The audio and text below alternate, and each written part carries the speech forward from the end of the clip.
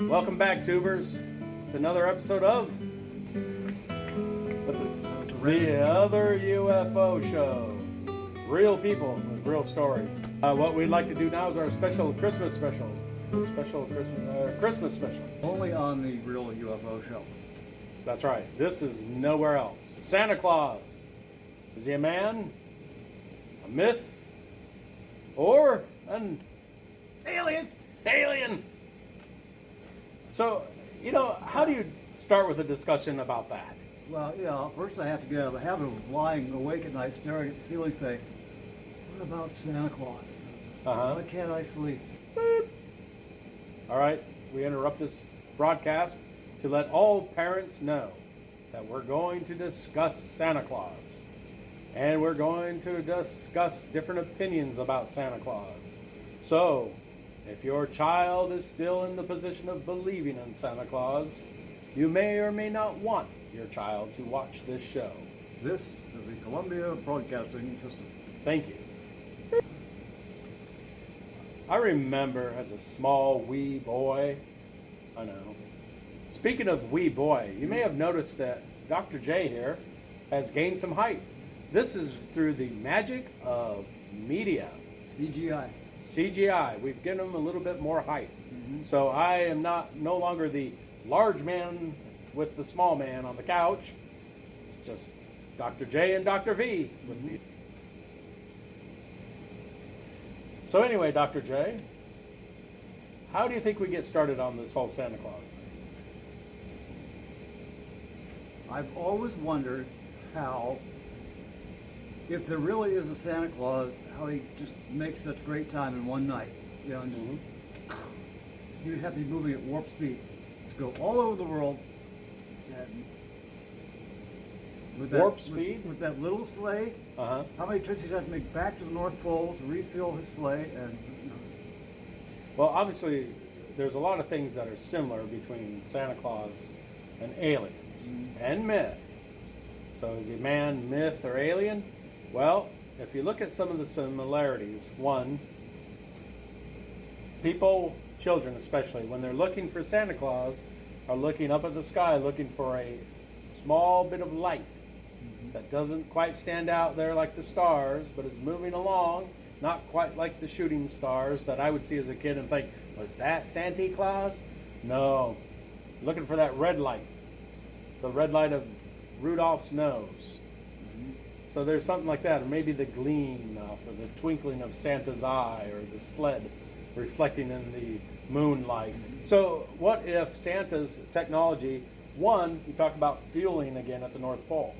One, he would not have to refuel because he has an endless source of energy. But he would have to go back to reload his sleigh. Like the UFOs, he's drawing energy in from just the molecules around it.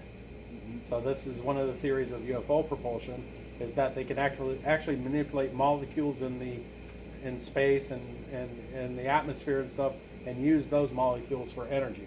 There's a big scientific term for it. It's called I have no idea what it's called. How do you spell that? Very carefully. Or they clone Santa Claus.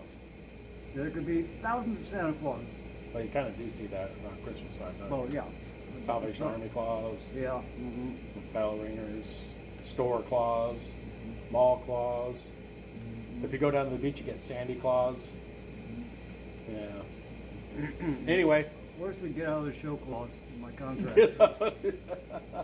Yes. There would be thousands of cents. The only logical explanation. So one guy is he cloned himself and all over the world. I have a better theory for you. He is an alien that is capable of the propulsion part we kind of talked about. As far as toys go, it is not a bag of toys. It is a bag that allows him to reach in and pull out whatever he needs. Sort of like we would think of it as magic, but like they say, technology of the future would look like magic to the modern man. So this is almost like a wormhole itself device, but he can reach in and grab anything he wants out of it. Therefore, it doesn't have to be a big, heavy bag full of toys that he would have to drag down a chimney or in through a window. let's talk about that. We're gonna talk about that a little bit. Well, so we know aliens can take and metamorphose and recalibrate your molecules and take you in and out of houses and stuff. Allegedly. Allegedly. So Santa Claus should be able to do that himself. It's a very simple task. If anyone has ever watched any episode of The Flash, they know that if he matches the same frequency as the objects around him, he can morph right through them. Vibrate basically right through them. I knew there was going to be a superhero in here sooner or later. So it is not unthinkable that Santa Claus could just match the same frequency of the objects around him and push himself right through those objects without having any problems. We live in 3 dimensions. Yes. Time is the 4th dimension. Okay. The Twilight Zone is the 5th dimension. So if Santa Claus moves in the 6th dimension, able to, because not every house has a chimney and a fireplace, so he would have to go through walls. That's right. He vibrates at the same frequency as those walls. Once you know the frequency of something, you can modify your own body to do that frequency. You can move through it. You can pass through it because you're of the same substance then. Mm-hmm. So basically, he has no problems doing that. Now, to us, it would seem like magic. To us, it would seem like magic, and it's just a capability. Is all it is. Or he has a device that can allow him to do that. Or maybe he is just an interdimensional being. We had discussed how Santa Claus can morph through buildings. I can have a wormhole of a bag. Uses high-tech propulsion for his sleigh. He would have to have some kind of stealth technology.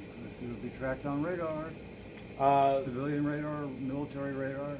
Let's talk about that because, as far as I am concerned, he is tracked on radar. Mm-hmm. NORAD tracks him every year now. Tell us a little bit about that, Dr. J. I wish I had kept it. Last year there was a wonderful article in the paper about how that all got started. The Air Force tracking Santa Claus. It was in 1955, before they called it NORAD. This is before there were ICBM missiles. The big threat that we were worried about was Soviet bombers. And I guess it was Cheyenne Mountain where eventually NORAD would be, and they had the headquarters for basically Strategic Air Command.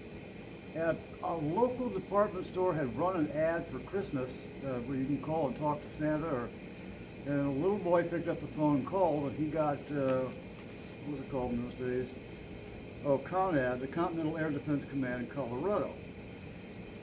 He didn't get the red phone out there, but he got through one of the phone lines out there, and some colonel answered the phone and thought it was a joke. I said, "Well, did you realize this is an official U.S. Air Force?" And hung up on the kid. Phone rings again. The same kid saying, "I'd like to talk to Santa Claus. I'd like this guy." Suddenly the colonel realizes it's not a joke. It's a real little boy calling. And suddenly the colonel was real polite. "Okay, son." Meanwhile, we'd like to just mention one of our sponsors today. Today's sponsor is water. Drink lots of water.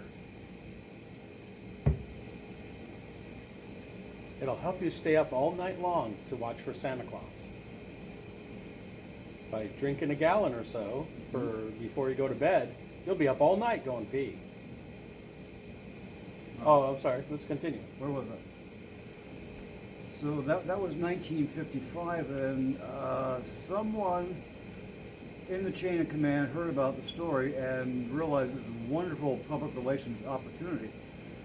So they set up and promoted a dedicated phone line for people that wanted to call, and it's blossomed to the point today where it's run by volunteers, civilian, but it's still you're supposedly calling NORAD, and NORAD is tracking, giving you the latest updates on the coordinates of Santa Claus moving into the North Pole. They have a website for it, I believe, and all, where you can go on there and track it. If I find the link, I'll put it down in the comments below for you. They're averaging 15,000 emails and over 100,000 phone calls each Christmas from all over the world. So yes, Santa Claus. Yes, Virginia, they do track Santa Claus on radar. They do. Now, I imagine they could track Santa from the International Space Station. Oh, absolutely. I'm sure they could. But we never hear about that. No. But we also don't hear about the UFOs that they're tracking from the International Space Station too. Whenever somebody presents a video of that, they always try to say it's No, I saw dust a in really the good. wind. This is true because I saw it on Facebook. It was the International Space Station and the flying saucer. So yeah, It's true. It was on Facebook. Yep. Is Facebook on the internet? Then absolutely it's true. So anyway, I believe it was back in the 1960s. I'm just rounding up. I don't know. But there was a man that had worked, not with the Air Force, I believe, but he was a UFO debunker. And it's interesting that his analogy of what he called himself was that his name was Donald Menzel, but he called himself the man who shot Santa Claus. And that was in reference to he had debunked so many UFO stories that he figured he had ruined the whole mystery and mythology of UFOs in the United States of America. So he was the man who shot Santa Claus. I wonder if he's rolling over in his grave now with all the latest footage of UFOs and contacts and stuff. what people didn't know at that time with Donald Menzel, his PhD was in atmospheric physics and a very high government security clearance. While he didn't work with the Air Force, he didn't consult with Project Blue Book, he was tied into some stuff that he couldn't talk about back then. Alan Hynek, on the other hand, was the Air Force's consultant to Project Blue Book. His PhD was in astronomy, of course, and Menzel and Hynek went at it for years. And Menzel's coming up with saying, oh, this is temperature inversion, it was ball lightning, and this is really Venus. rare phenomena. And Hynek is saying, no, they just... Menzel thought he was explaining away a lot of stuff, but The reality was he wasn't. And the reality is there was about 20 to 40% that the Air Force could never explain with any of the natural phenomenon that was happening, really. because again, Alan Hynek came late to the ET hypothesis of UFOs. And during the 60s, he was still sitting on the fence, which is why he was still in the good graces of the Air Force. And of course, the Air Force loved Menzel because, well, here's someone just as credentialed as Alan Hynek saying, oh, they're just misinterpreting this stuff. Did Donald Menzel ever come out later in his life or anything like that and say that, well, there is a lot of things I did not do correctly. I went in with presumptions and ended up drawing conclusions without even looking at evidence? I thought I'd read somewhere, correct me if I'm wrong, I thought that he didn't even look at a lot of the cases in detail or go talk to witnesses or anything like that. He would just say, oh, okay, that would have been ball lightning. Oh, okay, that would have been atmospheric, inversion. That much came up, but to his dying day, he was just anti-flying saucer, anti-UFO. There was just nothing to it. Which is interesting, that Hynek's position, he went in that same way, but ended up turning full circle to there's something going on here. I understand, Dr. J, that you may have a jingle for Christmas for us. In fact, I do. Yeah. This is another one I found on the internet. So we know it's probably very popular already, too. Can you hold that up so I can sing together? Yes. Thank you. Oh, you better watch out. You better not cry. You better not. Oh, wait. Oh, this is not that same song, is it? Pause for a That's second. yeah. Try again. Oh, you better watch out. You better not cry. We're here to abduct some earthly, that's why aliens are coming to town. We'll probe you when you're sleeping. Oh, we'll zap you when you're awake. Oh, we'll keep you for experiments. So submit for goodness sake. Oh, you better. No, that's it. Oh, okay, that's it. Never mind. That's it. I will say. I would say sing along with us, but. Oh, I'm dating myself. Anybody out there remember Mitch Sing Along with Mitch back in the 60s, the Mitch Miller show? And the lyrics would come on the screen, but there'd be the bouncing ball to keep you on timing. Yeah, never mind. I'm not There might making- be some 60s babies out. I'm not making that up. My dad loved watching Sing Along with Mitch. Well, we had sing-alongs, but they were on VHS tape in my day. They were on yellow legal pads in my day. So we're gonna post this up for you, the lyrics, and there's a little funny illustration to go with it. And amuse your friends with the alien. And we are not the authors of that, nor No. the artists of it. It came from someone else. It certainly seemed like it. But because it's on the internet, we know it's legit. It's legit, and it's for the masses. Just like all the UFO videos you see on YouTube. Hey, They've got to be real. Yep. After that commercial break. Again, we're brought to you by water. It's what makes your body. So, back to about Santa Claus. It's interesting that Santa Claus has picked the North Pole to be from. There did not have to be that. Saint Nicholas was from the Asia Minor Turkey area, I believe. And the other myths and mythology were still like around, the Alps, I guess you would say, and the mountains of Europe and the countryside there. maybe he was moving. Why the North Pole? Why has that become the place where Santa Claus is? Well, I have a theory. I have a theory. We all know that at the North Pole, there's a gaping huge hole. I saw this on the internet as well. There is a huge gaping hole at the top of the planet, at the North Pole, that flying saucers are known to come out of and go into. Now, I'm not going to say that, we're going to be visited by the Men in Black or anything like that. I'm not going to say that we're going to be visited by the Men in Black or anything like that. However, the theory could be, again, Santa is an alien, maybe a little rebellious one or something like that, where he wanted to do good for all mankind, and they said, no, just once a year. And so they allow him to go ahead and do his travels out of the North Pole at that time, out of that hole into the inner earth where all the aliens are, to come out and spread a little Christmas cheer. Well, that's true, because not only is there a hole in the top of the North Pole, there's a hole at the bottom of the South Pole. And here's how I know. When I was a child, we had a globe, like a Rand McNally globe. Yep. And I took it apart one day, and damn if there isn't a hole on the top of the North Pole, and there's a hole at the bottom of the South Pole. So yeah, you're right. I never thought about that. You're absolutely right. Holy earth, Batman. Oh. So what you saying, the aliens were letting him out of the North Pole once a year? Yeah. He's an alien. Oh, he is an alien. He is an alien. That's his work release thing, or time off for good behavior? Essentially, like I said, he wanted to just give everything, like cure of cancer, hemorrhoid solutions, anti-blood clotting cholesterol medicine. He wanted, because look how he is physically. He should have all these symptoms and stuff and be diseased, but he's lived on for millennia as far as we know. And so he wanted to give this alien medical tech out there and make everybody well and anti-aging and all that. But however, the alien said no, that is restricted information, we can't give it to them, because look, they're about to kill themselves in about another 1,000 years. This was before 1,000 years, about 1,000 years before the nuclear weapons. So, but they already knew that they were heading that way. It's very complicated science. But anyway, so he ended up being held back.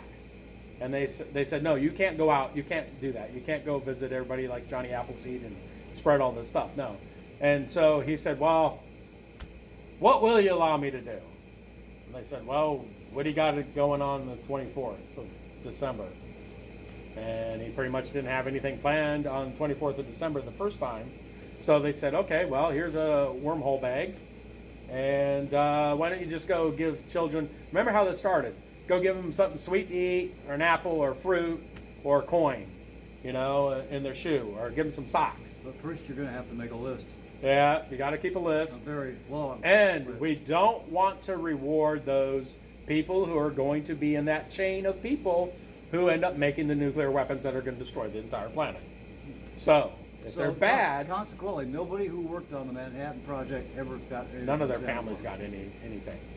And so they decided, that there would be this good list, this bad list, and he would go visit all these good children throughout the world who suspiciously happened to be in only Christian societies. I don't know what's up with that. It was a little bit funky there thinking about that, but, so that's what they decided to allow him to do, and so that's why he comes from the North Pole out of a workshop that's up there. Look, they may have found the hole in the North Pole, but they certainly haven't found a workshop, have they? I don't know, have they? No, they haven't. So, it's definitely released out of the hole. I don't know why they just don't put cameras up around the hole they probably won't work there. There's probably some tech that keeps them from monitoring the hole. Well, yeah, presumably you could see it from the International Space Station, Yeah, but then it doesn't. The space station does not have a polar orbit. it doesn't have a polar orbit. However, some photographs have been taken by NASA of the hole there, and then they have an artist fill it in with snow and ice. But see, where they're going to run into trouble is with this whole global warming thing going on. As the ice disappears, they're taking more and more pictures up there. At one point, they're going to have to go ahead and release and say, all right, all the ice is gone. Look, there's a big gaping hole in the world. Because otherwise, it would still look like there's ice if they went and painted that over. Unless they're going to paint it with a great big green continent that's up there and say, hey, look, see, there's a green continent underneath all that ice, and paint over the hole that way. Well, that could explain global warming, depending upon how deep this hole is, because the Earth's core is molten hot. Yeah. And it's also highly magnetic. So if they went too far down with this hole, all that heat is being released, and that's why the glaciers are melting. And the aliens don't care. Their ships can travel through space, so the melted lava, the magneticism, the diamonds, whatever's down there, nothing's going to harm their ships. So they can just stay down there and live down there in the middle of that anyway. That would explain all the extra carbon dioxide that's going into the atmosphere. Yes. So global warming really, it's not a hoax, it's real. It's just the causes they've been telling you about are not. Yeah, they don't understand the total cause because they don't factor in the Santa Claus. Claus. You can blame it on aliens. Claus is the cause. Back from that commercial break about water, isn't it amazing? There's fresh water and salt water. Yes, that is amazing. What else could we talk about Christmas and Santa Claus? Something, I keep calling him Krampus. Krampus. Krampus, which would be a great Halloween costume. Traditionally, Krampus was almost like a Halloween time period back in the pagan days. The men mostly would dress up as the Krampus type creatures, which were known as a different name back then. I want to say Paletion. I think it was something to do with Sarah Palin, Paleontons or something like that. But anyway, it was like that. It was some winter witch that would come. And anyway, they were the servants of her, just to put it in a nutshell. And they would go roaming through the streets. I'll put a link down here to an interesting historical background on the Krampus. But anyway, they would run through the streets in reverse Halloween, sort of. They were adults, and they would go to the doors, and this was around beginning December, bang on the doors of family members. Of course, the family would let them in so they could scare the children into being good, and then they would give them a gift, from their backpack or bag of stuff that they had. They would give them this little toy. But in return, the family had to give them some schnapps or brandy that they could just drink down, and so it was a big drunken party by the time it ended. I actually saw some video of that the other day. I don't recall if it was in Germany or northern Italy. Guys dressed up, actually getting let into the home in their Krampus costume, terrorizing the kids. And I hear you've been bad. You've been very bad. Well, these are like 5, 6-year-old kids. They're in tears. Oh yeah. And the parents are standing there. Ha ha ha! They think it's funny as hell. I'm like, why would you do that to a child? Of course, it has a happy ending because they reach into their bag and give them whatever. We're sure you're going to be good. Otherwise, we'll eat you. Yeah. Or drag you to hell was one of the other options. Next year we'll come back and put you in our bag and take you away, take you home and eat you. Yeah.